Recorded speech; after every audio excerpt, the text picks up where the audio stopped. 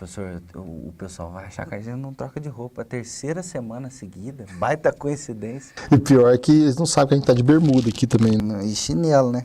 É. Falando nisso, sem chulé, graças a Deus. Fala, galera, beleza?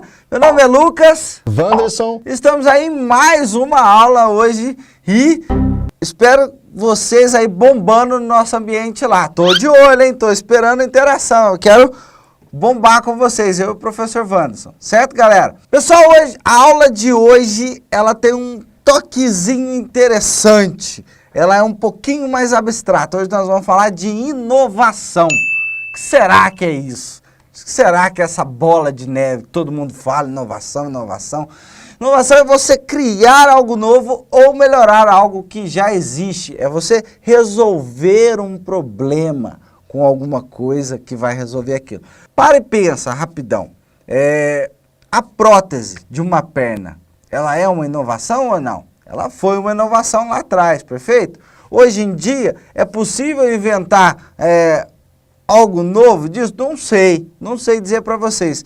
Mas a prótese ela veio evoluindo, ela veio ganhando algumas melhorias. E hoje a prótese não é mais como era no passado. Teve um momento da inovação e hoje em dia ela passa por melhorias. Algum outro exemplo de inovação, professor? Televisão. Ah, televisão, eu Televisão é bacana. A televisão, de até pouco tempo atrás, era um tubo imenso, né? Que tubão. O sonho de muita gente era ter uma de 29 polegadas, que era uma das maiores que tinha, né? 3 caboclos para carregar aquele trem. É verdade. Eu ainda tenho uma daquela, sabia, professor? Fazer o quê, né? Mas enfim, aí surgiu a TV de plasma. Na época custava o preço de um apartamento, sabia? Nossa, meu Deus. Era na época, quando surgiu, era 40 mil reais. Naquela época dava para comprar um apartamento. É grande. Aí logo depois veio a de LCD, depois vieram as de LED e agora estamos nas 4K. 4K. Que são, em termos de imagem, um absurdo, né? Mas o que? Foram inovações que foram sendo colocadas na televisão. A televisão também, da mesma forma quando surgiu, era uma tremenda de uma tecnologia. E depois foram tendo essas inovações pontuais. E o último exemplo, professor, de inovação, eu preciso falar, o celular. Ah, é verdade. Gente, antigamente o indivíduo andava com aquele tijolo, aquele broca, para sentar e precisava atirar, porque senão atrapalhava aqui, ó, batia aqui, ó. Aí você atendia, puxava a antena, alô! Alô! Oh, no. Assustou daí, né? Pois é, depois veio aquele celularzinho que você tinha o joguinho da cobrinha. Certeza que você já teve esse joguinho, ou já jogou esse joguinho aí. Hoje em dia... Hoje em dia... Não, e outra coisa, você sabe como é que o pessoal chama hoje? Os nerds ou as pessoas que são mais antenadas com essa questão de tecnologia, chama o celular, não chama de celular. Não? Chama de smartphone. Smartphone. Ou gadget. Não sei. De novo, professor, de novo. Gadget. Gadget. Que é o quê? Que é um troço tecnológico que tem um monte de coisa. Inclusive, você consegue falar com a pessoa do outro lado. Mas aí você tem ali o que você tem lá dentro? Tenho WhatsApp, tenho joguinho, tenho... Você tem filmadora, máquina fotográfica. Foto, com flash ainda, em Full HD. Agenda de contatos. É isso mesmo. Enfim, tem Que são tudo, né, gente? inovações em cima do telefone celular, né? É isso. Eu lembro que na minha época, por exemplo, na minha casa, quando eu tinha telefone fixo, tinha um aparelhinho que a gente comprava chamava Bina. E você tinha que habilitar isso na operadora. O Bina era um negócio que reconhecia qual que era o número que estava ligando para sua casa. Aquela pessoa indesejável, você não queria atender, aquelas coisas, né? Então, até a Bina você tem dentro do aparelho celular. É isso. Show de bola? Do gadget. Do gadget. Gadget. Galera, entenderam o que é inovação? Vamos quebrar essa inovação um pouquinho? Primeiro passo, professor, a inovação incremental. São aquelas pequenas melhorias que você vai colocando. Esses exemplos que a gente foi passando aqui são incrementos, né? Pequenas melhorias, pequenas inovações, algo novo, algo inovador, que vai ser feito em cima de uma tecnologia que já existe. Legal. O disquete era um pequeno disco, pessoal. Alguém lembra do disquete? Existia um negocinho que você espetava no computador e era chamado de disquete. Era um pequeno disco, você conseguia colocar os seus arquivos ali, você precisava de uns 200 disquetes, dependendo do volume que você tinha. Depois passou para o CD, né, professor? Exatamente. Depois o CD duplo, que carregava muito mais. O CD já é um exemplo, que inclusive não durou muito tempo no mercado, né? Não, já foi embora. Já foi embora. Você não vai se despedir? Não. O CD, depois veio o DVD, enfim. Isso. Foram pequenas alterações que foram. O CD, por exemplo, quando surgiu, o DVD, quando surgiu, ele ficou ali substituindo o CD por um tempo, e dali a pouco veio os HDs externos, os pendrives que foram destruindo. Os passadores de vírus, é isso. E aí, então, que vem aí a inovação radical, que é aquela inovação que chacoalha, que modifica a estrutura. Mesmo exemplo do CD, o MP3. Certo, professor? E hoje, eu tenho certeza que todo mundo está assistindo esse vídeo ouve MP3 na sua casa, no seu carro. O MP3, com a sua tecnologia, ele praticamente dizimou, por exemplo, a indústria das gravadoras, né? Sim. Até que elas estão tentando se sobreviver no mercado hoje de outra forma hoje. Você pode perceber que o Spotify é um aplicativo que muitas pessoas têm. Demais. Eu tenho no Spotify. Playlist, legal, bacana demais. Ouvindo meu samba, acho que eu era roqueiro. Não. Ouvindo meu samba, né? No carro. Sertanejo. Você já? Montão? Mas enfim,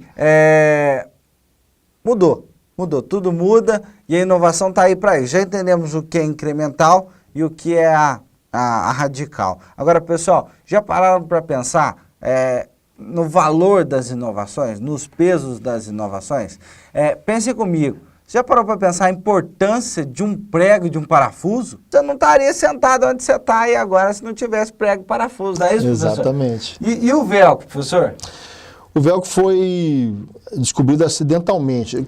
Descoberto não, criado através de uma situação inusitada, né? Um cara que é considerado assim um cientista, vamos dizer assim, né? Por ele ter inventado o velcro, chamado George de Mestral, ele é da Suíça, e um dia ele estava passeando, né, com seu cachorro, e quando ele chegou em casa, antes de entrar em casa, ele viu aquele monte de carrapicho pregado no pelo do cachorro, na calça dele. Ele ficou, mas como é que esse negócio agarra na gente?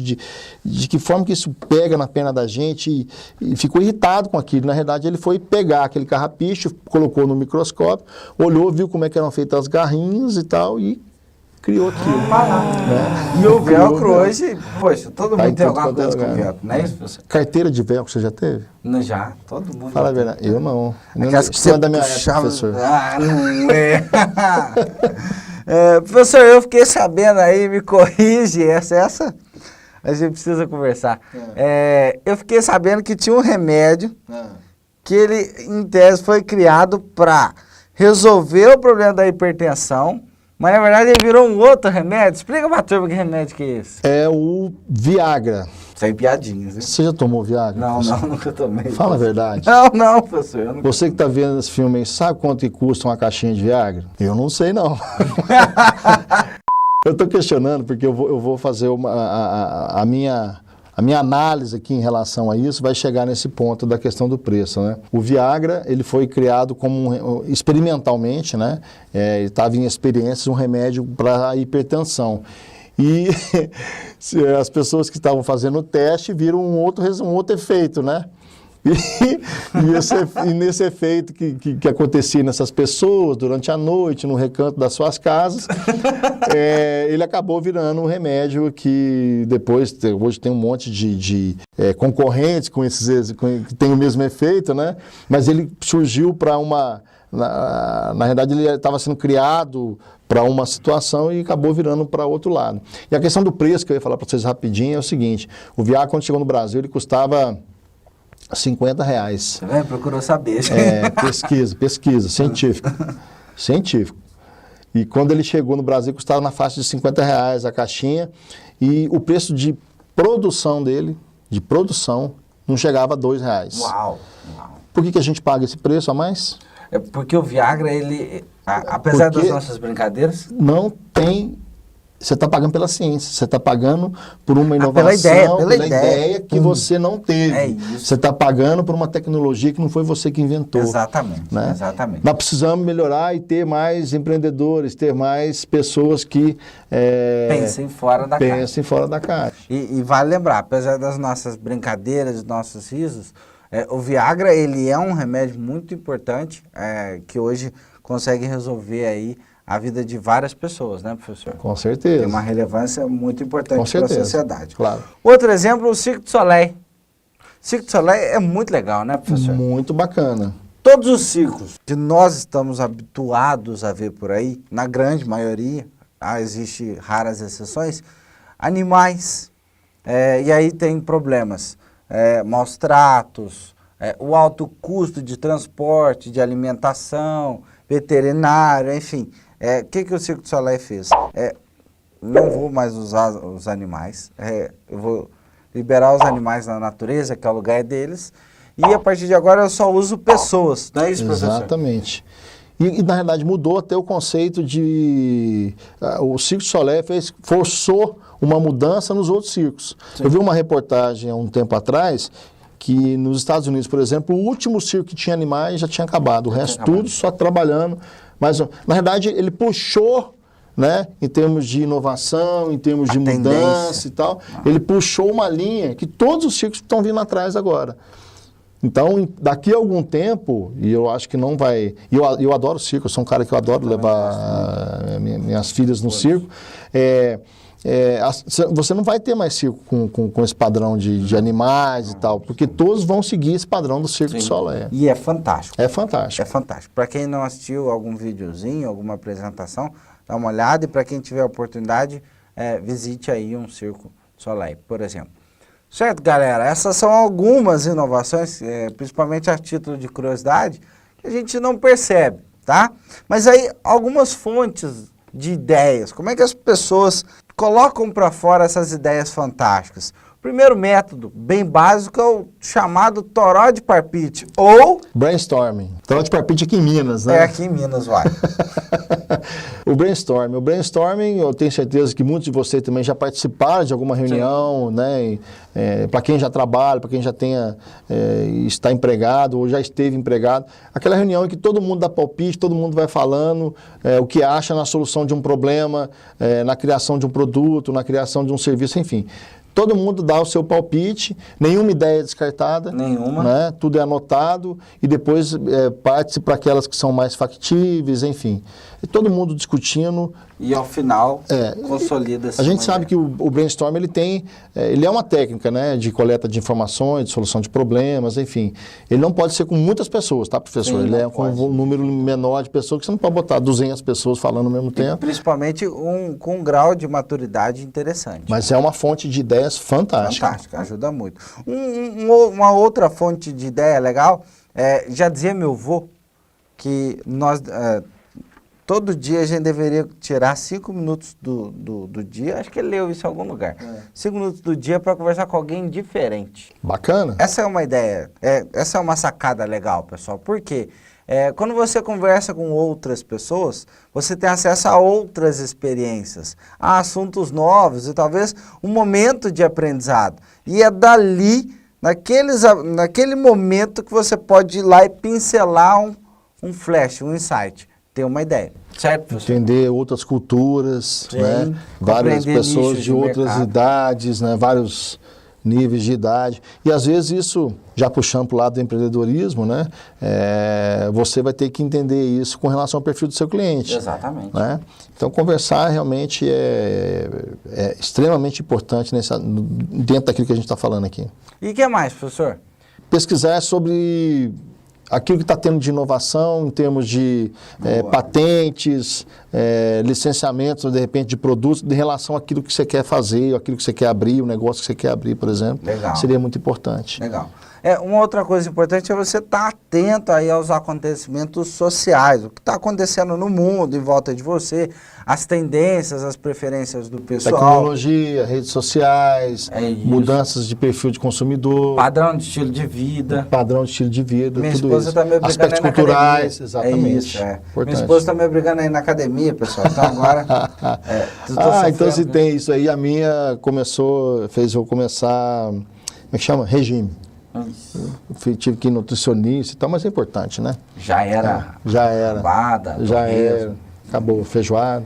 Isso é importante, pessoal. Hábito, padrão de vida, isso é muito importante, o empreendedor tá ligadinho, certo? Por fim, mas não menos importante, participar de congressos, né, professor? Entender o que está acontecendo no cenário de investigação, de pesquisa, de ciência em relação àquilo que você está trabalhando. Isso tudo vai te ajudar no processo criativo, pessoal. E aí, como assim, professor? Você está dizendo para mim que eu preciso ter novas ideias, mas eu não sou uma pessoa criativa. Quem falou para você? Explica para mim quem que falou isso para você. Tem algumas técnicas para te ajudar no processo criativo e a gente vai te ajudar nisso hoje. A primeira coisa que você precisa saber é o que te bloqueia, o que vai bloquear você para não ser criativo. O primeiro ponto é você acreditar que a criatividade é um dom. A criatividade não é um dom. A criatividade, todo mundo tem criatividade em algum momento. Você só precisa achar a forma de acessar ela. Certo, professor? Exatamente. Tem que saber trabalhar isso.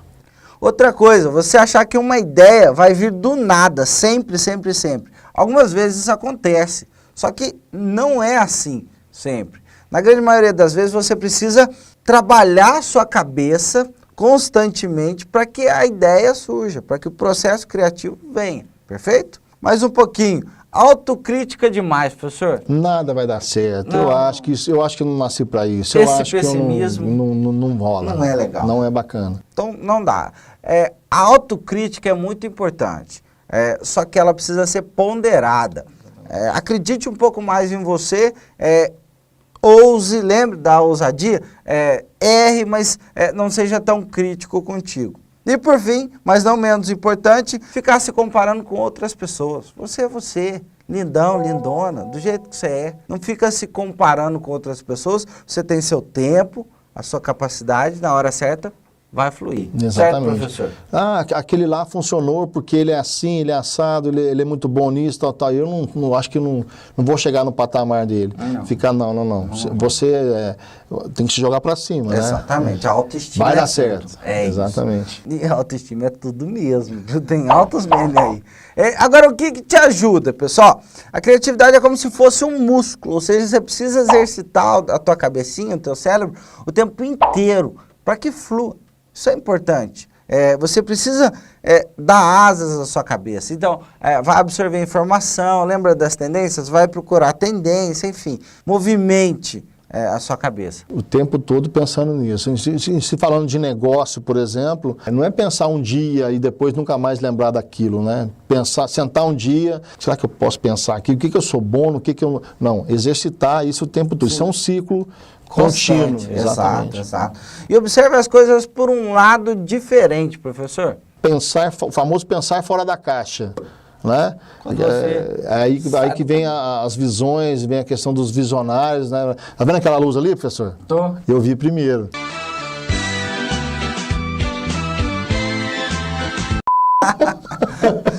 É mais ou menos assim.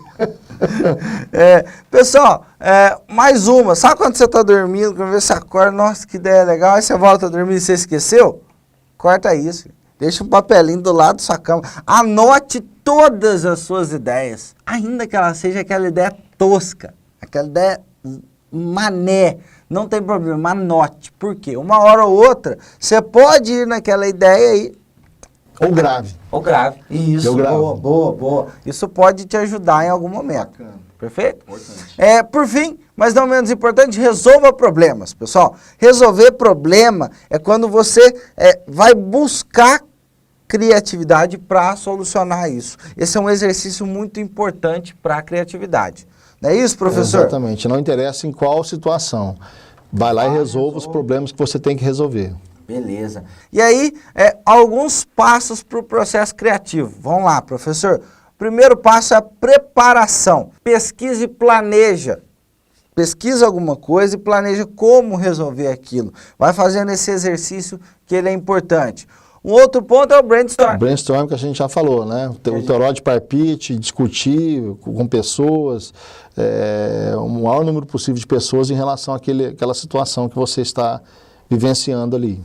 E aquela chuva de ideias. Ainda que venham ideias absurdas, isso é impossível. Não diga que nada diga que alguma coisa é impossível. Ela pode concretizar. Vai aparecer a ideia em algum momento ali. A incubação. Esse é o ponto que eu mais gosto do processo de criação, professor. Que é quando eu vou dar uma voltinha, vou relaxar, vou encontrar os amigos, vou jogar meu videogame, vou ver um vidinho prosa ruim na internet. E no processo de incubação, às vezes, nesse ócio criativo, vamos falar assim, a ideia está lá. Às vezes você vai vivenciar situações variáveis que vai aflorar ainda mais aquela ideia que está dentro de si ali. Exatamente. Por fim não, mas já acabando, a validação, pessoal. Você vai ter um rol de ideias gigante. Descarte as ruins naquele momento, não joga fora, não joga no lixo, mas descarte por um momento e pegue as melhores e trabalhe essas ideias para o final, que é o finalzinho do processo criativo, é você testar. Testar, que é importantíssimo. Qualquer situação hoje, é importante você testar para ver se vai funcionar aquela ideia que você teve. Exatamente. Ou as ideias que você teve. Ou as ideias. Esse testar é a tentativa e erro. Uma hora você vai acertar. Se a ideia for boa, ela vai emplacar e vai dar tudo certo. Beleza, pessoal? É isso aí. É isso, professor. Por hoje é só. Galera, muito obrigado. A gente se vê na próxima aula. Aquele abraço e quero ver todo mundo aí atento à atividade, foco. Vamos lá. Vamos geral com nota máxima. Valeu, galera. Um abraço, pessoal. Alô, tchau, tchau. fui. Tchau, tchau. Agora a gente precisa anotar a roupa que a gente veio pra gente com outra roupa na próxima. A gente pode trocar na próxima. Até lá, meu cabelo vai crescer também. A sua camisa não entra em mim. A gente troca de lado também. Tá bom. Valeu.